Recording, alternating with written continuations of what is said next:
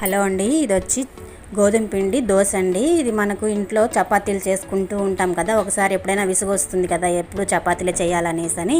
అట్లాంటప్పుడు ఇలాగ వేసుకున్నాం అనుకోండి, చాలా బాగుంటుందండి టేస్ట్గా. దోశలు కూడా బాగా లేస్తాయి. దీనికోసం అని చెప్పి గోధుమ పిండి ఒక కప్పులో వేసుకోవాలి, 2 కప్పులు గోధుమ పిండి వేసుకోవాలి.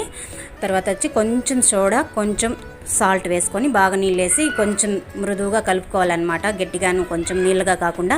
ఆ రోజు నైట్ అయితే అన్నం కూడా ఉనింది, మా వారు తినరు, చపాతీనే చేయాలన్నమాట. అందుకోసం నేను ఈ ఐడియా అయితే ఉపయోగించాను అనమాట. సరే అని చెప్పి దోశ అయితే ఫస్ట్ ఎర్రగడ్డ రుద్దేశానండి. దోశ పెనంకి ఒక గంటి పోసి బాగా రుద్దేశాను. రెడ్గా బాగా చపాతీలాగా లేసిందనమాట. ఏమిది ఇట్లుంది అనేసి అడిగారు. కాకపోతే నేను ఇంకా దోశ చపాతీ చేయలేక ఇంకా దోశ అయితే వేసానండి. గోధుమ పిండి దోశ షుగర్ పేషెంట్లకు మంచిది కదా, అందుకోసం అని చెప్పి ఈ విధంగా చేసుకోవచ్చండి. ఎవరైనా కూడా చేసుకోవచ్చు, ఈజీగా బాగుంటుంది.